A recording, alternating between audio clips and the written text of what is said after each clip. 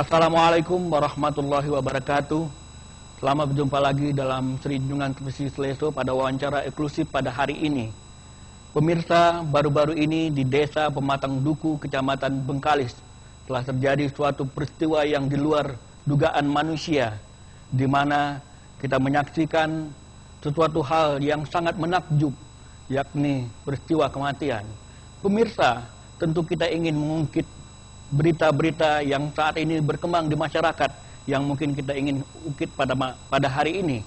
Para pemirsa Sri Junjungan Trepesi yang berbahagia, baiklah, di studio kita telah hadir dua narasumber.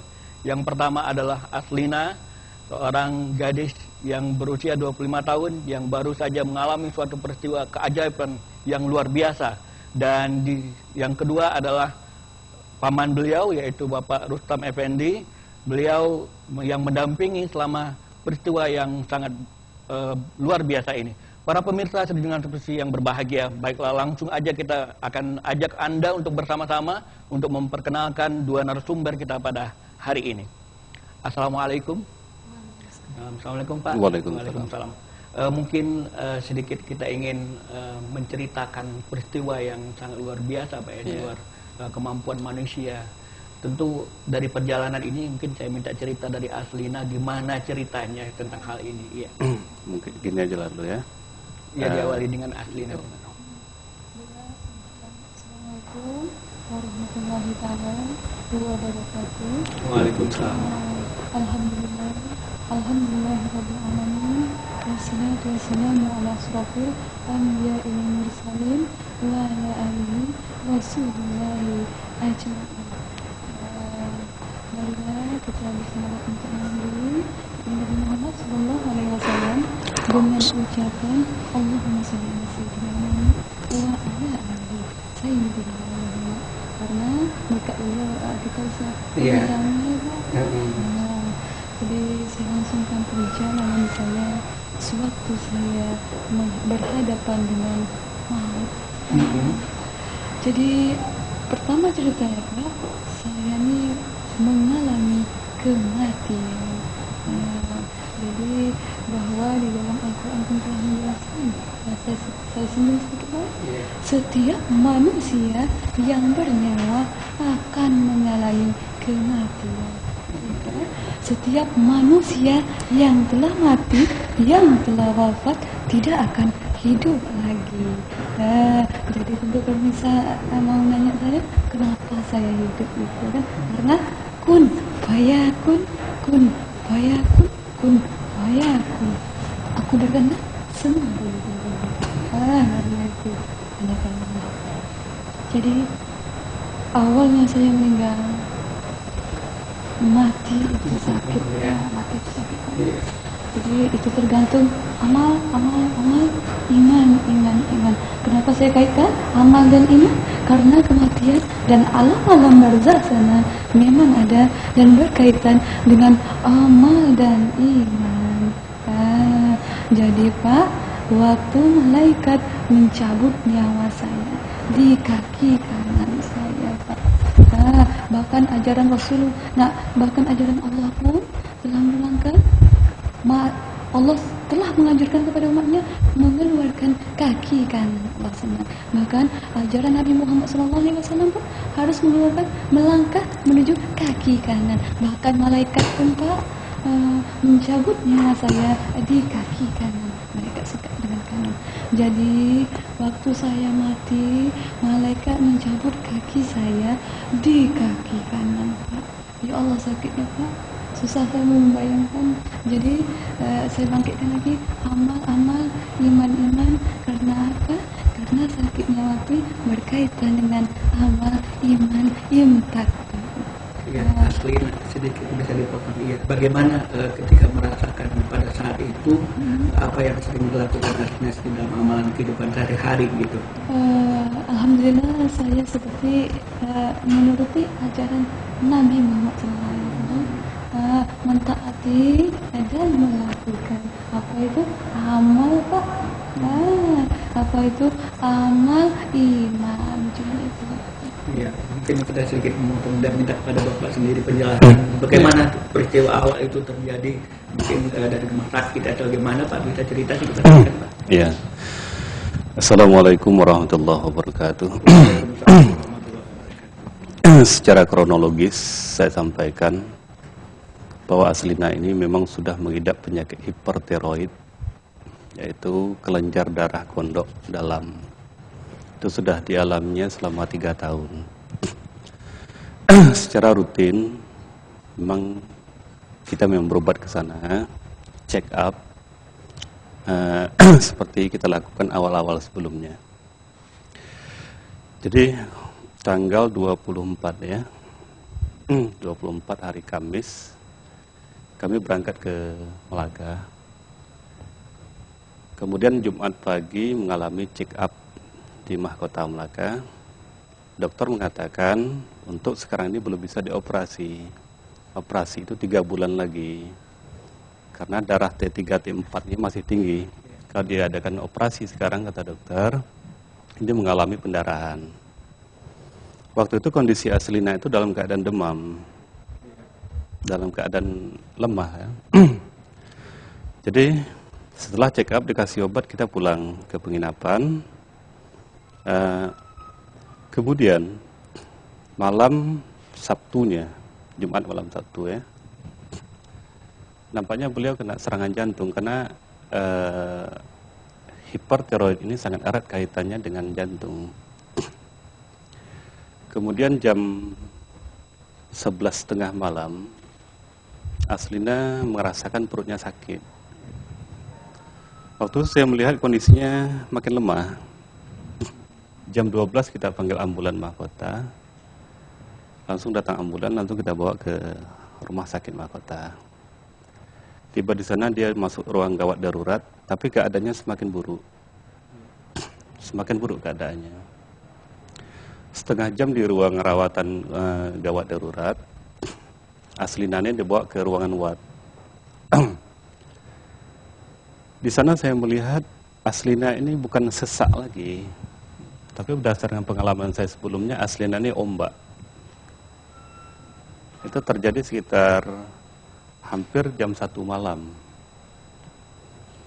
Jadi waktu itu saya tidak bisa meninggalkan dia, itu disaksikan oleh 4 orang suster, 1 orang dokter ahli. Lihat kondisi dia seperti itu, ini tidak ada lain. Ajaran terakhir adalah mengajarkan dia zikir. Karena kondisi dia sangat lemah waktu itu. Kemudian saya pegang tangannya itu sangat dingin. Dan itu kulitnya itu sudah kuning semua. Akhirnya saya ajar sama dia zikir. Dia mengikuti, waktu itu bacaan tasbih. Masih ingat kan? Nah, ajaran tasbih subhanallah, alhamdulillah, wala ilaha illallah, wallahu akbar, la hawla wala quwata illa billah. Itu maksud saya itu mengurangi rasa sakit ya. Kemudian yang kedua, saya ajarkan syahadat. Itu diikuti. Tapi napasnya makin pendek. Makin pendek. Makin pendek. Kemudian dia terakhir mengucapkan la ilaha illallah. Setelah dia mengucapkan la ilaha illallah itu, dalam pandangan mata saya dia sudah habis. Langsung pergi. Dengan mata yang terbuka ke atas. Waktu itu 4 orang suster dan 1 orang dokter macamnya tidak bisa berbuat apa-apa. Udah pasrah berarti dari apa itu ya, terpaku itu. Kok kondisi bisa secepat itu? Jadi waktu itu saya bilang sama dokter, tolong dibantu. Kata dokter, Pak, Bapak silakan tunggu di luar. Dibantulah dikeluarkan seluruh alat. Tetapi saat itu di monitor saya lihat itu kosong semua. Baik denyut jantung, denyut nadi, kondisi bisa secepat itu.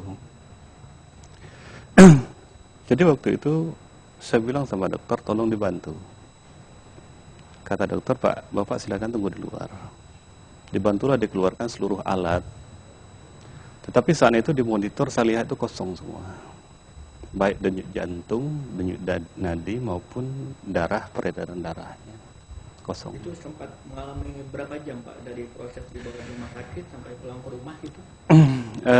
Dari rumah, dari mana maksudnya? Iya, dari rumah sakitnya, dari Malaysia sampai ke rumah itu sudah proses berapa jam dia? Enggak, dia mengalami kosong itu saya kira itu hampir 2 jam. 2 jam ya. Mengalami kosong. Soalnya saya menelepon ke Bangladesh jam 3 itu.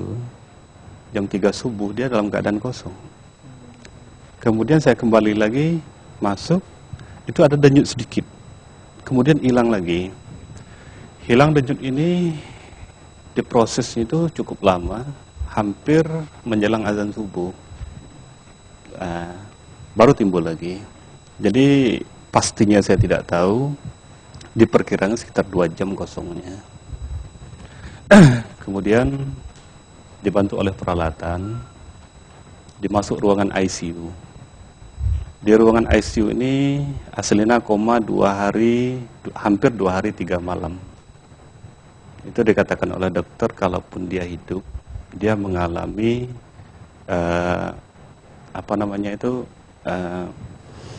suatu perubahan yang total. Maksudnya kalaupun dia sehat,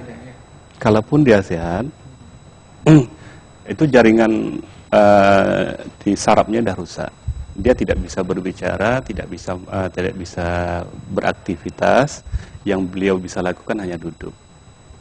Waktu itu saya tanyakan dengan dokter Venu Gopal. Kira-kira kesempatan selamatnya berapa persen, dokter? Katanya sekitar 20%. Tapi beliau masih dalam keadaan koma. Setelah mengalami masa kosong selama 2 jam lebih. 2 hari 2 malam lebih beliau sadar masih dalam keadaan lemah gitu. Sadar itu saya dipanggil oleh suster, langsung saya datang, aslinya menangis, megang tangan saya menangis, dia minta pulang, takut katanya. Takut katanya. Pulang Pak, takut katanya kan. Saya bilang kita harus berobat dulu, rajin makan obat, ikuti petunjuk dokter, kita bisa cepat pulang, saya bilang gitu. Berarti udah tawakal gitu. Udah tawakal. Tapi satu yang membahagiakan saya waktu itu, bahwa yang dikatakan dokter, teori kedokteran, itu bertentangan. Kata dokter, kalaupun dia hidup, dia tak bisa bicara, dia hanya bisa duduk. Berarti sangat kronis sekali. Sangat kronis, karena jaringan sarafnya itu udah rusak karena perhentian darah itu tadi sekian 2 jam. Begitulah tempat dia mati berbaju. Kemudian sampai itu saya tanya sama dokter, mungkin mati suri dokter, dia bilang gitu. Iya. Apa kata dokter? Ini pelik betul lah, tadi kan bahasa Malaysia kan, pelik. Kami sudah ribuan menangani pasien, baru kali ini bertemu seperti ini. Sebelumnya itu memang ada, tapi hanya berlangsung sekian menit saja, tidak berlangsung per jam. Sampai hari ini, alhamdulillah kan. Jadi setelah dia sadar, dapat bicara, dia bilang, Pak duduk sebelah ini Pak. Saya duduk sebelah dia sambil ngasih obat. Apa perkataan dia pertama waktu itu? Pak jangan mati dulu Pak ya. Kenapa In? Sakit mati itu Pak. Iya. Jadi waktu itu dari pikiran saya, pandangan mata kasar saya saat itu dia meninggal, kok sama yang dia rasakan. Kalau waktu itu pandangan mata saya dia meninggal, dia tidak merasakan, mungkin saya salah pandang. Tapi kembali saya ingatkan lagi, di dalam surah Al-Isra ayat 85 kan Allah dah mengatakan, wa yas'alunaka 'anir ruh qulir ruhu min amri rabbih wa ma utitum minal ilmi illa qalila. Ini sebagai dasar kita kan, bahwa ada di antara mereka bertanya masalah ruh, kata Allah, katakanlah bahwa roh itu rahasiaku, kata Allah kan, rahasiaku, dan tidak kami berikan ilmu itu kepada manusia kecuali sedikit. Iya. Jadi persoalan ini saya kira ini hanyalah persoalan iman, persoalan keyakinan, pendekatan kepada Allah kan. Ini tidak bisa diakalkan, terlalu sulit ini untuk diakalkan. Jadi untuk perjalanan rohnya itu Itu saya tidak bisa, karena perjalanan roh itu Ya. dia yang Mungkin menceritakan. Pak Rustam bisa kita potong dulu, minta Ya, kepada silakan. Mas Lina sendiri. Gimana ketika perasaan waktu itu, kata Pak Rustam tadi, tidak punya aktivitas lagi, tapi apa yang dirasakan pada saat itu? Banyak berita-berita miring mereka mengatakan bahwa Anda jumpa sama Allah, atau Anda jumpa, mungkin Anda merasa apa, seperti apa pada saat itu? Allah yang bisa, saya tak pernah jumpa Allah. Kenapa? Saya tak tahu Allah itu gimana, berapa. Saya tak kenal sama Allah. Perasaan saya waktu itu gemetar, takut, setakut-takutnya. Takut, gemetar, berdebar, dan yang lainnya. Kata-kata itu tak bisa saya ngomongkan. Saya udah berhadapan dalam genggaman maut. Kenapa saya bilang gitu, Pak? Karena saya ini udah melihat orang di kanan saya. Siapa itu? Malaikat pencabut nyawa, Pak. Jadi setelah sewaktu saya merasakan sakitnya mati luar biasa. Itu saya kaitkan dengan amal dan iman, Pak. Jadi perjalanan roh saya ini, saya meninggali. Kadang-kadang manusia banyak memandang atas, kadang-kadang manusia sewaktu dia wafat banyak memandang, matanya menyelang ke atas. Apakah dilihat itu, Pak? Dia melihat, saya melihat waktu itu, Pak. Saya melihat dosa-dosa saya, Pak. Bahkan saya memandang arah mata saya ke atas. Jadi tiba-tiba roh saya keluar dari jasad saya dibawa oleh dua orang malaikat. Tiba-tiba malaikat ini memegang tangan kanan saya, Pak, dengan menyoal saya, marah buka. Udah ditanya, saya udah ditanya dengan soalan, marah buka. Siapa Tuhanmu? Tuhanku adalah Allah. Kedua, apa ditanyanya? Marah buka. Siapa agamamu? Apa? Marah buka. Siapa agamamu? Setting. Agamaku adalah Islam. Marah buka. Mana kiblatmu? Kiblatku adalah Ka'bah. Jadi siapa tahu terakhir kali marah buka. Siapa nama kedua orang tuamu? Itu ditanya kedua orang tua. Terus tiba-tiba saya lepas dan saya menyaksikan, ya, dalam keadaan roh saya menyaksikan jasad saya, Pak. Saya menyaksikan sendiri dalam keadaan wujud saya, wujud roh saya melihat jasad saya, dan saya melihat di sekeliling saya ada satu orang dokter dan dikelilingi oleh perawat-perawat, dan dikelilingi, dan ada satu orang pakcik saya dalam keadaan menangis.